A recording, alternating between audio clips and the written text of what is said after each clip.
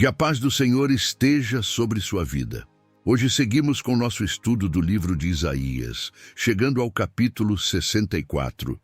Este capítulo é uma continuação da oração iniciada no capítulo anterior, onde Isaías intercede pelo povo e clama pela manifestação do poder de Deus. Aqui, o profeta expressa um desejo ardente de que Deus rasgue os céus e desça para agir em favor de seu povo, trazendo juízo sobre os inimigos e restaurando aqueles que pertencem a ele. Isaías também reconhece a pecaminosidade do povo e implora por misericórdia, lembrando-se de que Deus é o oleiro e seu povo é o barro em suas mãos. Agora, convido você a acompanhar a leitura do capítulo 64 de Isaías. Se fendesses os céus e descesses, e os montes se escoassem de diante da tua face, como o fogo abrasador de fundição, fogo que faz ferver as águas, para fazeres notório o teu nome aos teus adversários, e assim as nações tremessem da tua presença. Quando fazias coisas terríveis que nunca esperávamos, descias, e os montes se escoavam diante da tua face, porque desde a antiguidade não se ouviu, nem com o ouvido se percebeu, nem com os olhos se viu um Deus além de ti, que trabalha para aquele que nele espera. Saíste ao encontro daquele que se alegrava e praticava justiça, e dos que se lembram de ti nos teus caminhos. Eis que te iraste, porque pecamos. Neles há eternidade, para que sejamos salvos. Mas todos nós somos como o imundo, e todas as nossas justiças como o trapo da imundícia. E todos nós murchamos como a folha, e as nossas iniquidades como um vento nos arrebatam. E já ninguém há que invoque o teu nome, que se desperte e te detenhas. Porque escondes de nós o teu rosto, e nos fazes derreter por causa das nossas iniquidades. Mas agora, ó Senhor, tu és nosso Pai, nós o barro, e tu o nosso oleiro, e todos nós a obra das tuas mãos. Não te enfureças tanto, ó Senhor, nem perpetuamente te lembres da iniquidade. Olha, pois, nós te pedimos, todos nós somos o teu povo. As tuas santas cidades tornaram-se um deserto. Sião está feita um deserto, Jerusalém está assolada. A nossa santa e gloriosa casa, em que te louvavam nossos pais, foi queimada a fogo, e todas as nossas coisas preciosas se tornaram em assolação. Conter-te-ias tu ainda sobre estas coisas, ó Senhor? Ficarias calado e nos afligirias tanto? Isaías capítulo 64 começa com um clamor fervoroso de Isaías para que Deus manifeste seu poder de maneira sobrenatural. O profeta expressa o desejo de que o Senhor intervenha diretamente na história, julgando os ímpios e restaurando seu povo. No versículo 1, lemos: se fendesses os céus e descesses, e os montes se escoassem de diante da tua face. Aqui vemos um apelo para que Deus rasgue os céus e venha à terra com poder. Essa linguagem lembra os eventos do Monte Sinai, quando Deus manifestou sua presença de forma visível e tremenda. No versículo 2, o profeta continua: como o fogo abrasador de fundição, fogo que faz ferver as águas, para fazer notório o teu nome aos teus adversários, e para que as nações tremam da tua presença. Isaías deseja que Deus se revele de forma tão poderosa, que todos os povos reconheçam sua soberania. No versículo 3, ele relembra o que Deus já fez no passado. Quando fazias coisas terríveis que não esperávamos, descias e os montes se escoavam diante de ti. Essa referência nos lembra as maravilhas que Deus realizou na história de Israel, como a abertura do Mar Vermelho e a entrega da lei no Sinai. No versículo 4, encontramos uma das declarações mais belas sobre Deus. Porque desde a antiguidade não se ouviu, nem com ouvidos se percebeu, nem com olhos se viu, um Deus além de ti, que trabalha para aquele que nele espera. Esse versículo mostra que Deus é único e que ele age em favor daqueles que confiam nele. O apóstolo Paulo cita essa passagem em sua carta aos Coríntios. Primeira carta aos Coríntios, capítulo 2, versículo 9, apontando para as promessas eternas de Deus para aqueles que o amam. Nos versículos 5 e 6, Isaías reconhece a condição pecaminosa do povo. Saíste ao encontro daquele que se alegrava e praticava justiça, daqueles que se lembram de ti nos teus caminhos. Eis que te iraste, porque pecamos.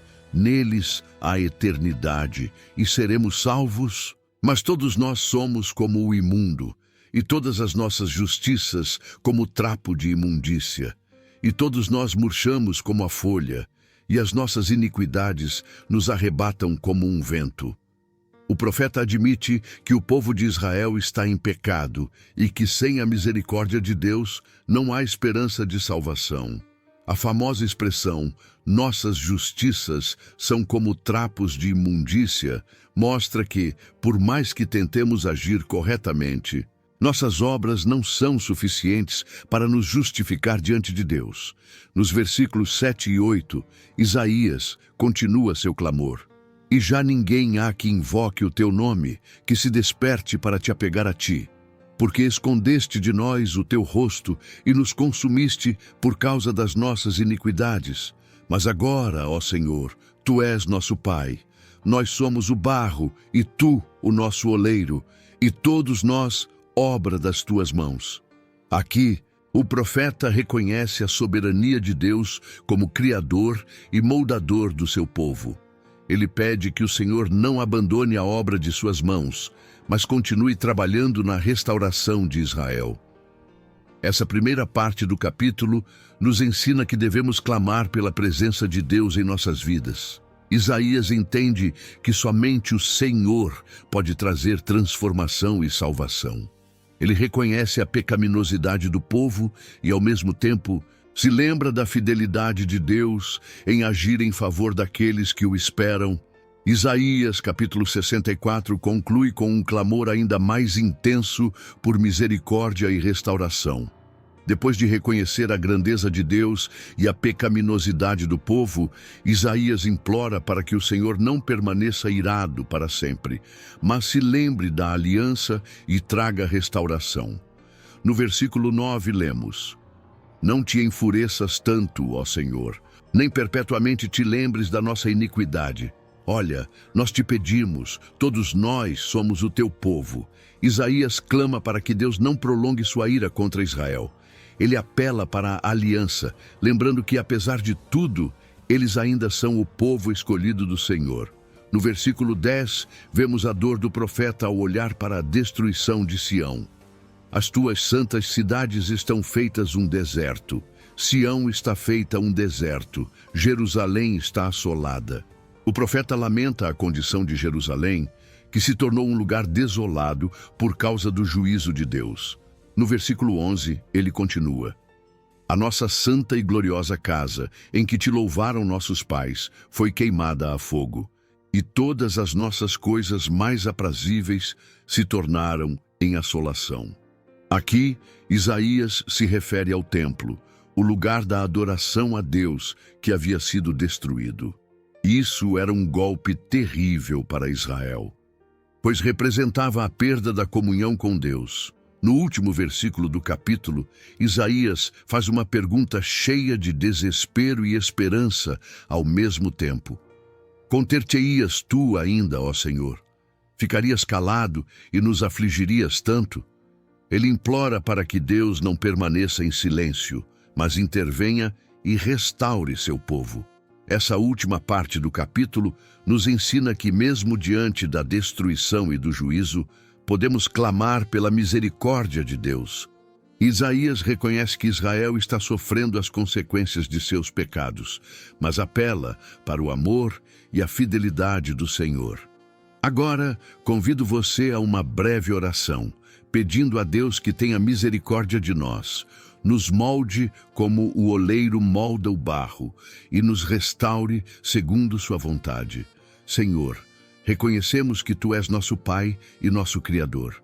Somos como barro em Tuas mãos, e somente Tu podes nos moldar e nos restaurar. Clamamos pela Tua misericórdia, pedindo que não Te afastes de nós, mas que nos transformes segundo a tua vontade.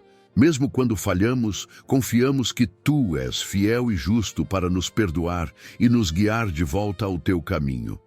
Lembra-te de nós, Senhor, e age em nossas vidas para que possamos refletir a tua glória. Em nome de Jesus Cristo, nosso Senhor e Salvador, oramos e agradecemos. Amém. Agradecemos pela sua presença aqui neste canal de estudo, onde vimos o capítulo 64 de Isaías. Prepare-se para nosso próximo estudo, que será o capítulo 65. Se esta mensagem tocou o seu coração, compartilhe-a com aqueles que precisam ouvir sobre a justiça e a soberania de Deus. Cada compartilhamento é uma semente lançada em solo fértil, e o Senhor, em sua infinita graça, abençoa aqueles que dedicam suas vidas a espalhar a verdade de sua palavra. Junte-se a nós nesta missão de alcançar mais vidas com a mensagem do Evangelho. Compartilhe este estudo com amigos, familiares e em suas redes sociais, permitindo que mais pessoas conheçam a fidelidade do Senhor e encontrem segurança em sua presença. Que o Senhor abençoe sua vida abundantemente, renove suas forças e o guie em cada passo do caminho. Amém.